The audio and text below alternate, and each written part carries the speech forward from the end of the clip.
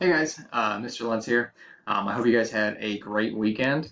I've pretty much updated I'll have, so by tomorrow, Monday, I'll have upgraded all, or updated all the grades in Schoology and in Focus.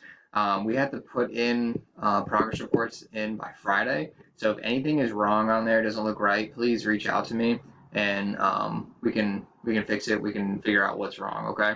You just got to make sure that you had your work caught up from week 1, 2, and 3, which I think it was really only week 1 work, Alex, and then week 3 was those like 2 assignments that that other teacher posted. And then so this week, oh well, and then last week we had the get to know you survey, right?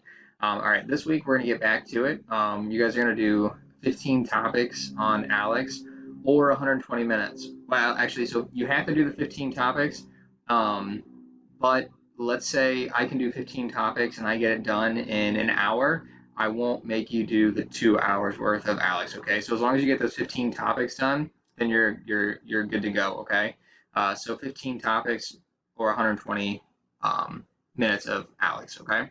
And that's it for this week. If you need help, you can always like send me a picture of what you're working on, and I can help you that way.